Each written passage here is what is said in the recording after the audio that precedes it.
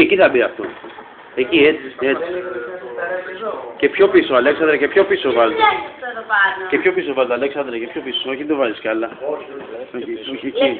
Εκεί θα έλεγα εγώ να μπει. Εκεί. Αλέξανδρε, καλά δεν είναι εκεί. Αυτό δεν υπάρχει σε κανένα γραφείο, ποτέ πάρω στο γραφείο. Τι λες πως άντε. Δείξτε εκείνη τη φωτογραφία που τραβήξαμε στη τέτοια, στη National Nederlanden.